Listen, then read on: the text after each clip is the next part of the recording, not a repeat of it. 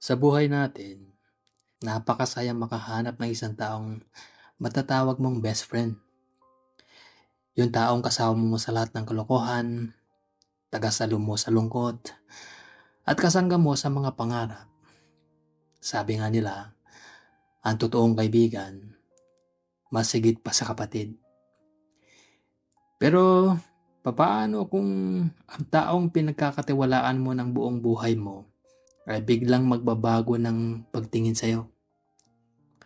At paano kung ang limitasyong pilit mong iniiwasan ay siyang maging dahilan upang magkalayo kayo ng tuluyan? Ang kwentong ibabahagi ko sa inyo ngayon ay nagmula sa ating letter sender na itatago natin sa pangalang JB. Isang kwento ng matinding pagkakaibigan, pagkalito, at ang masakit na katotohanan ng pamamaalam.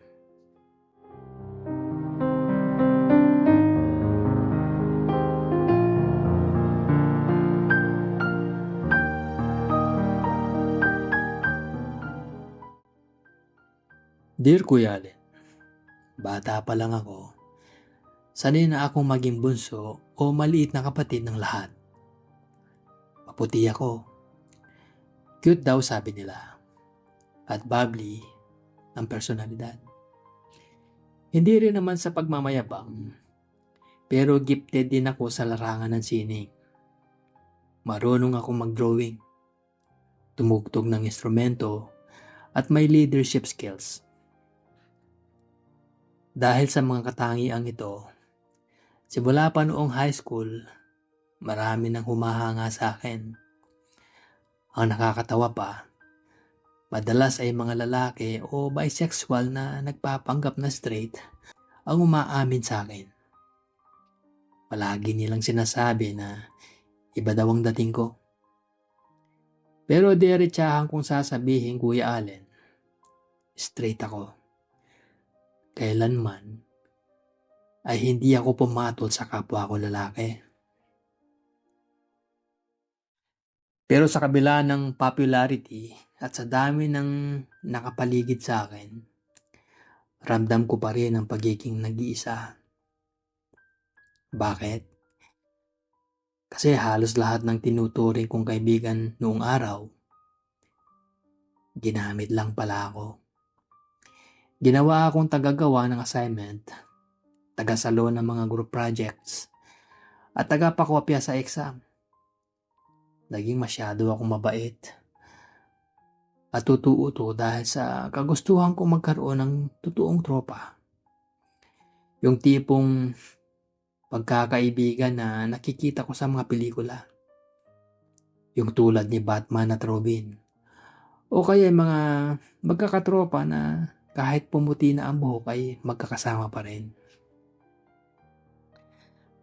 Hanggang sa makatungtong ako ng kolehiyo, doon ko nakilala si Ren.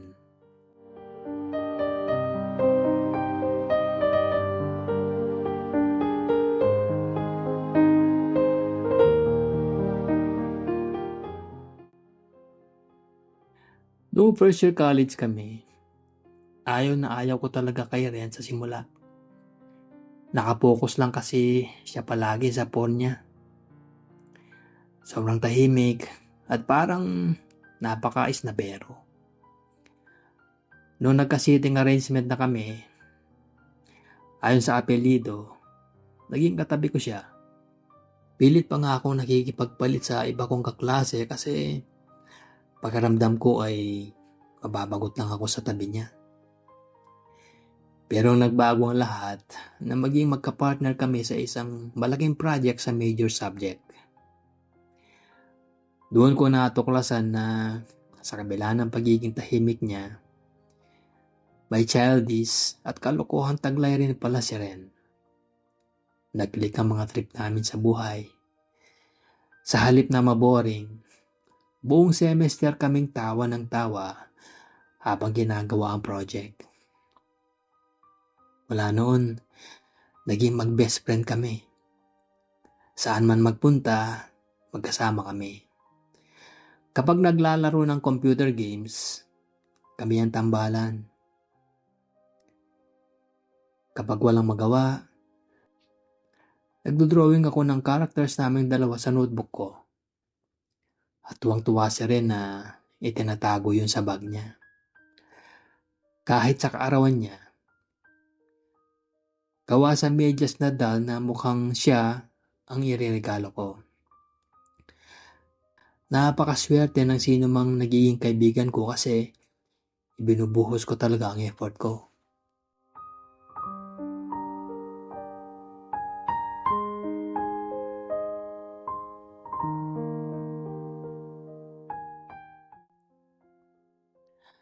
At naging ganoon din siya rin sa akin. Nangako siya, JB, pangako, hindi ako tulad ng mga dating naging kaibigan mo. Magkaibigan tayo habang buhay. Ako pa nga ang magiging best man mo sa kasal mo. At ninong ng mga magiging anak mo. Ang sabi niya sa akin habang tumatawa. Ito na marahil ang pinakamasayang yugto ng buhay estudyante ko. May kakampi na ako sa wakas. Subalit dumating ang ikalawang taon namin sa kolehiyo. At doon nagsimula ang mga kakaibang pangyayari. Nagsimula ang mga simpleng text. Katapos ng karawan ko, nag-message siya rin. Sabi niya, may gusto daw siyang sabihin. Akala ko, mga karaniwang biruan o kaya'y bagong laro lang sa computer. Pero nag-text siya na, JB, hindi ko alam kung bakit. Pero parang gusto kita. Tumawa lang ako sa text. Sus, gusto rin naman kita. Parang kapatid na kita. Ang sagot ko. Pero doon, hindi natapos. Sa mga sumunod na araw, naging tahasang bastos at kakaiba ang mga mensahe niya. Nag-aaya siya ng mga bagay na sobrang pribado. Mga bagay na ginagawa na magkasintahan o magkasama sa kama. Laking gulat ko, Kuya Allen. Pero sa isip-isip ko, gwapong lalaki siya rin. Matipuno. At alam kong may mga nakakatuwang nakaraan siya sa mga babae. Imposibleng maging bakla ito.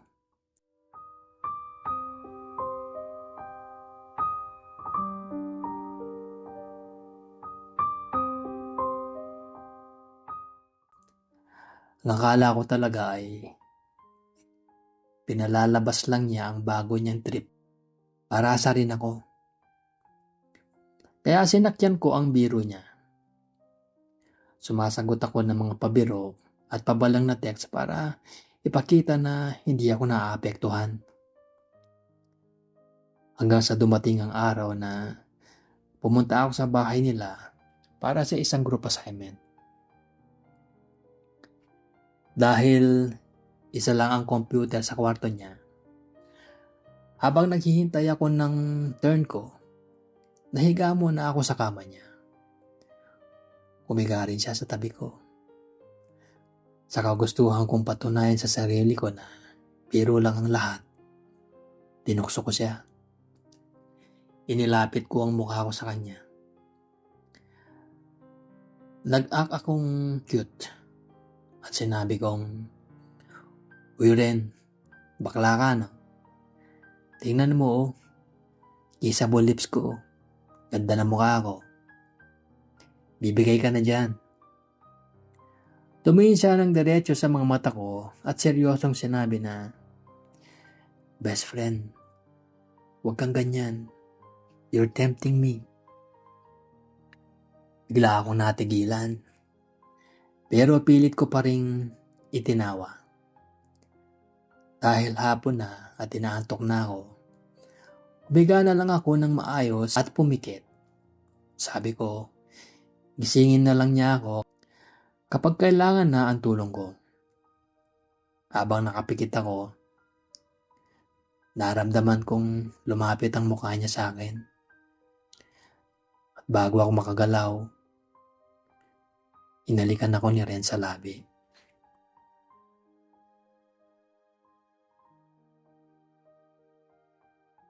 Gulat na gulat ako, Kuya Allen. Pero hindi ako dumilat kagad. Ayokong mapahiya siya ng husto sa harap ko. Naramdaman ko ulit ang pangalawang halik.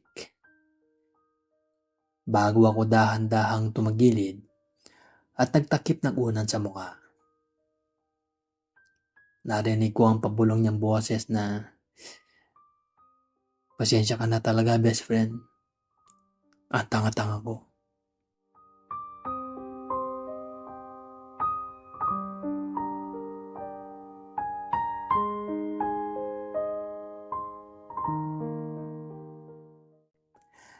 Doon naipit ang puso ko. Totoo pala, hindi biro ang lahat. May gusto sa akin ng tanging kaibigan kong pinagkakatiwalaan ko sa buhay. Simula ng araw na yon, umiwas ako. Hindi ko muna sinasagot ang mga tawag niya. Nagsusumamo siya sa text, humihingi ng tawad. Pero kailangan ko siyang bigyan ng espasyo. At kailangan ko ring protektahan ang sarili ko. Masakit para sa akin kasi nawalan ako ng kasama. Ilang linggo ang lumipas, nabalitaan ko na lang na may girlfriend na siya. Nagka-text kami ulit at sabi niya, "JB, bumalik ka na sa buhay ko. May girlfriend na ako." Ibig sabihin, wala na akong nararamdaman para sa'yo. Pero ramdam kong may mali pa rin, Kuya Allen. Tuwing lalabas sila ng girlfriend niya, isinasama ako bilang chaperone. Pakiramdam ko, para akong panggulo o kaya'y panakip butas. Kaya tuluyan ako lumayo. Naging mag-isa ako sa loob ng ilang taon hanggang sa mag-fourth year college kami. Lumalapit ang graduation, pero hindi pa rin kami nagkakaayos. Palagi ko siyang namimiss. At sa tuwing nakikita ko siyang masaya sa hallway, nalulungkot ako kasi wala ako sa tabi niya. At sa tuwing magkakasalubong kami, naglalakad lang siya na para bang hindi niya ako kilala. Na para bang isang estranghero na lang ako sa kanya.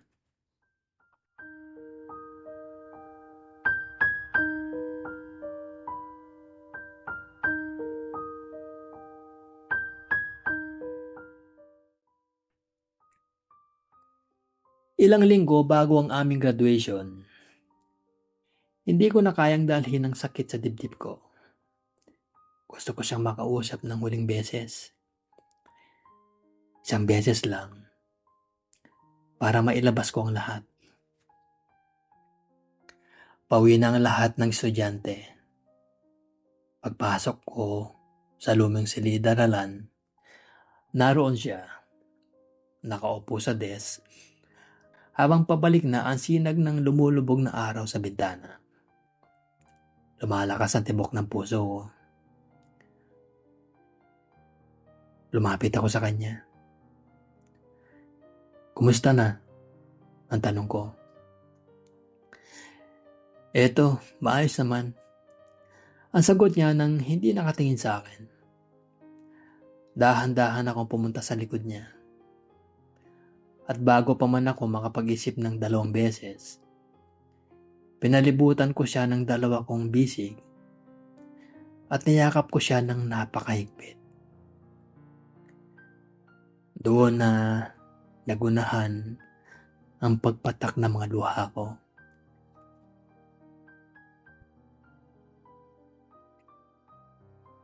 Umahagulgol ako habang nakasubsob ang mukha ko sa likod niya. Alam mo bang, na-miss kita ng sobra. Hindi ko alam kung bakit. Pero simula nung nawala ka, nanatili itong sakit dito sa dibdib ko. Nagsiselos ako kapag masaya ka. Kasi ikaw lang ang naging totoong kaibigan ko. Ipinangako mo sa akin na habang buhay tayo magkaibigan. At pinanghahawakan ko yun hanggang ngayon.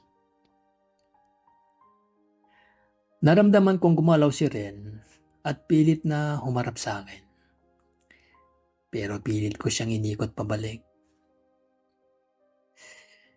Huwag kang haharap.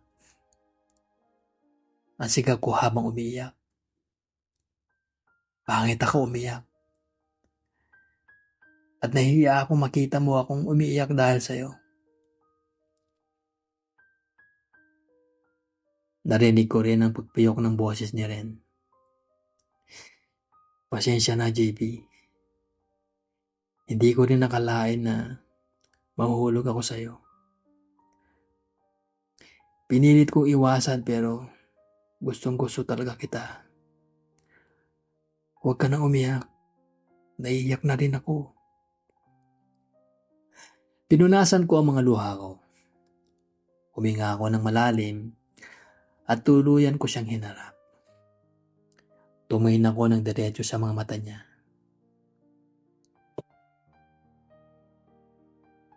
Kinausap kita ngayon kasi alam kong ito na ang huling pag-uusap natin. Graduating na tayo. Pagkatapos nito, makakalimutan na kita at hindi na tayo magkikita. Ren, ayoko na. Ayoko nang maramdaman to. Kasi pakiramdam ko, nahuhulog na rin ako sa'yo. Pero mali ito. Gusto kitang burahin sa alaala ko para hindi na ako masaktan. Inabot ko ang kamay niya. Pikit matang hinawakan ito na mahigpit sa huling pagkakataon. Gusto lang kitang maramdaman sa huling pagkakataon. Salamat sa lahat rin. Salamat sa naging pagkakaibigan natin. Binitawan ko ang kamay niya. Kinuha ko ang bag ko at patakbong lumabas sa silid-aralan habang nangangatog ang buo kong katawan sa pag-iyak. Pagdating ko sa bahay ng gabing yon, binuksan ko ang social media ko at formal ko siyang in-unfriend at ibinlock. Kinuha ko ang SIM card ng telepono ko. Inalis ko ito at tinapon ko sa toilet bowl bago pinalabas ang tubig. Wala nang saysay ang SIM card na yon.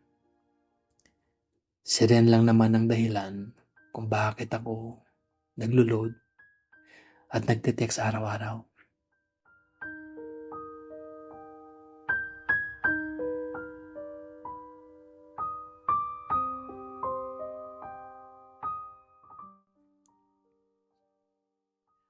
Umiga ako sa kama habang nakatitig sa kisame.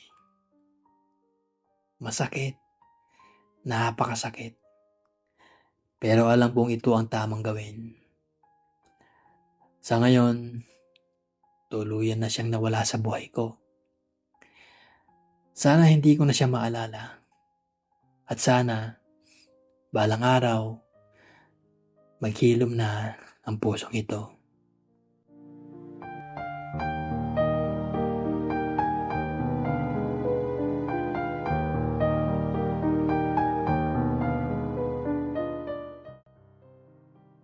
Isang napakabigat at napakalalim na kwento mula kay JB. Mga tropa, sa buhay, hindi lahat ng taong dumarating at nagpapasaya sa atin ay nakatadhanang maging bahagi ng ating hinaharap. Minsan may mga taong ibinigay sa atin ng tadhana para mag-iwan lamang ng aral. Mga aral na tungkol sa pagmamahal, sa hangganan ng pagkakaibigan, at sa kahalagahan ng pagbitaw kapag ang isang relasyon ay nakakasakit na sa dalawang panig.